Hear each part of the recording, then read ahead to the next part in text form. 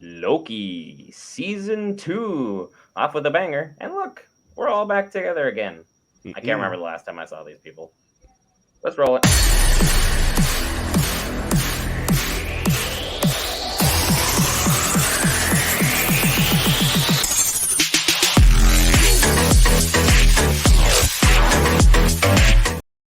All right, guys. Brent here back with Will's older, grumpier, and somehow having better knees variant. Chaos at the bottom. And me, still the palest person in this group for many number of reasons. But you are here to discuss Loki Season 2. And since we have our almost a guest on Will's variant, why don't you lead off with your thoughts on Season 2's opening episode? Let me tell you something. This thing started off right where it left off, and I appreciate that because honestly, this is the only good thing Marvel has going for it right now, and I love it. Um, I will say that I did have to watch the recap because one, I'm old and I'm forgetful, and I forgot everything that happened last season. But now I'm caught up to date, and I loved how they had Kang just everywhere. I loved it. I loved how Sylvie was around, but she wasn't. I loved how Loki was just being yanked in and out of time. That was probably the funniest thing. And him and Owen together, they're they play off each other very well, especially in this show. And the comedic time and like when they was in the elevator and he time skipped out and then time skipped back in and he was trying to say it didn't look good, but then he talked to the little lady that nobody knew was over there and she was freaked out. I love that part. So for the first episode, yeah, I'm hooked. I will be back watching, especially if it's at 8 o'clock, 9 o'clock. I can do that. It's not past my bedtime. And since Will is our usual Marvel resident and knows everything going on, I'm going to jump in right quick, get my 2 cents in, let him tell me everything that is really, truly happening in Marvel that I get wrong. Because I have to agree with Tony. This is the only good thing Marvel has done in a long Long time. time. Looking like Guardians 3 long. It's been hit and miss. You get start off a show really good, you fell right off the wagon. And the one thing I will say for Marvel fans is y'all don't rebel like DC's fans do when they see garbage. You stay here and you keep supporting. For no And reason. that's why you haven't gotten a reboot yet.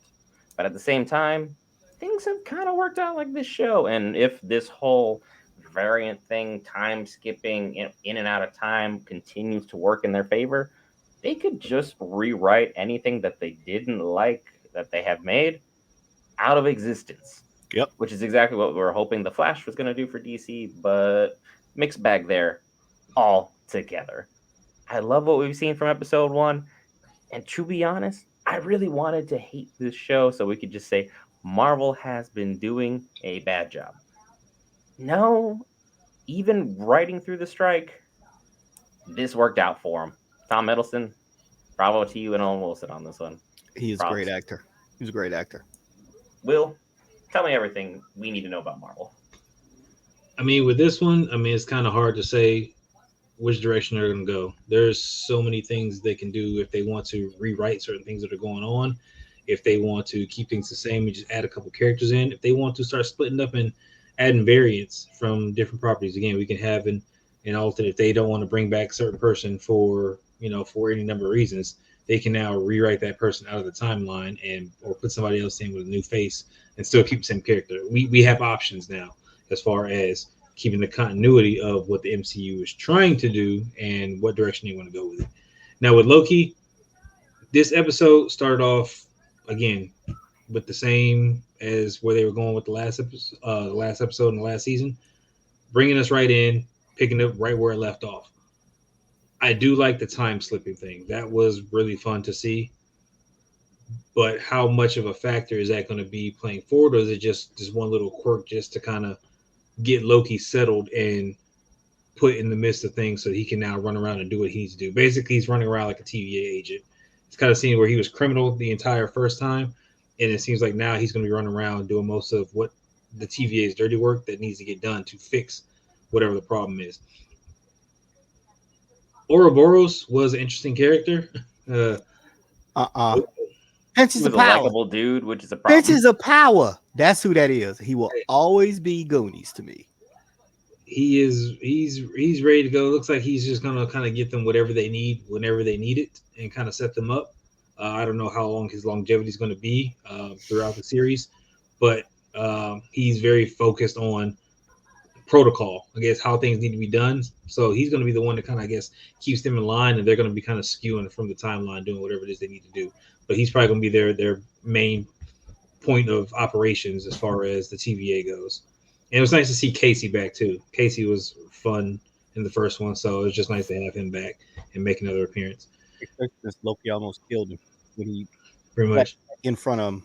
All right. So the hunters, we find out more about, like, when Mobius got pruned. We find out about Hunter D90 was the one that did it. He did it based off orders.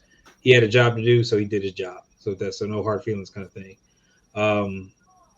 So it's nice to get some kind of closure there, but we also see that other things are going on with the other hunters. Hunter B15 has obviously had a change of heart with the things that are going on because of what she's seen. So now she's more working with, the crew. And then Hunter X5 just seems like he's on some stuff. Like, I'm not sure what's going on with him and Docs, the judge. You got the other judges that just kind of don't seem to matter. Like, she's the one that we got to focus on. What was up to the one that was sleeping? Yeah, I mean, I don't know what's going on. He's just Father time over there. He was just knocked out. I was like, I want that job. He's probably your variant, so I mean, it makes sense. Really? So, I mean, you agreed. Old people need naps. So, agreed.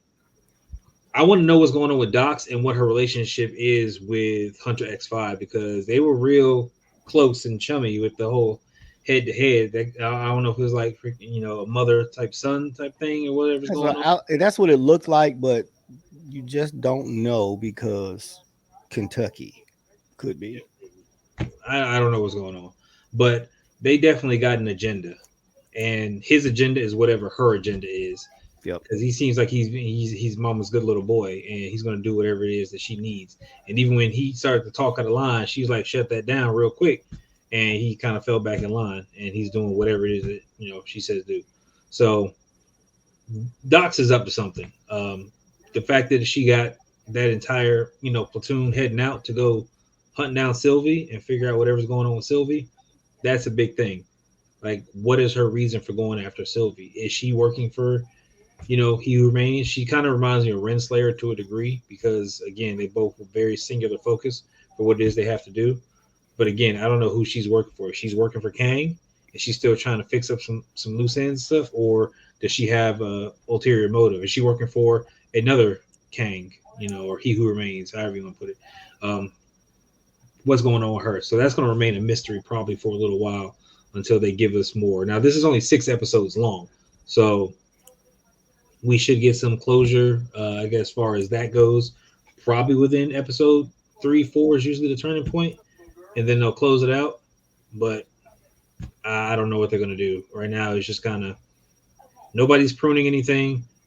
Docs is on a mission to go after Sylvie, and it seems like the timeline is not of concern at this point in time. Right. Things being shut down with the blast doors. We got to go after Sylvie. So it just seems like we're chasing Sylvie and get a sprinkle of He Who Remains or the Kangs or whatever else is in there in the process. So it's kind of a wait. Marvel stuck by their guy, and we'll see how that plays out overall with everything going on with Jonathan Majors. I do love the actress that plays Doc. She was singular and evil in mind directly when she was in Game of Thrones. She plays that role quite well. Excited to see what she does for Marvel. There's a lot of good stuff this week. And a lot of good stuff if you hit that lovely red subscribe button. Join our channel. Join the group. Have some fun. Talk with us in the chat room. Check him out on SoundCloud. He's a worldwide renowned DJ. Mixcloud. Love to tell you. I mean, I'm ranked 3, 5, and 53. So Anyway, we'll see you in the next one. Iron Man.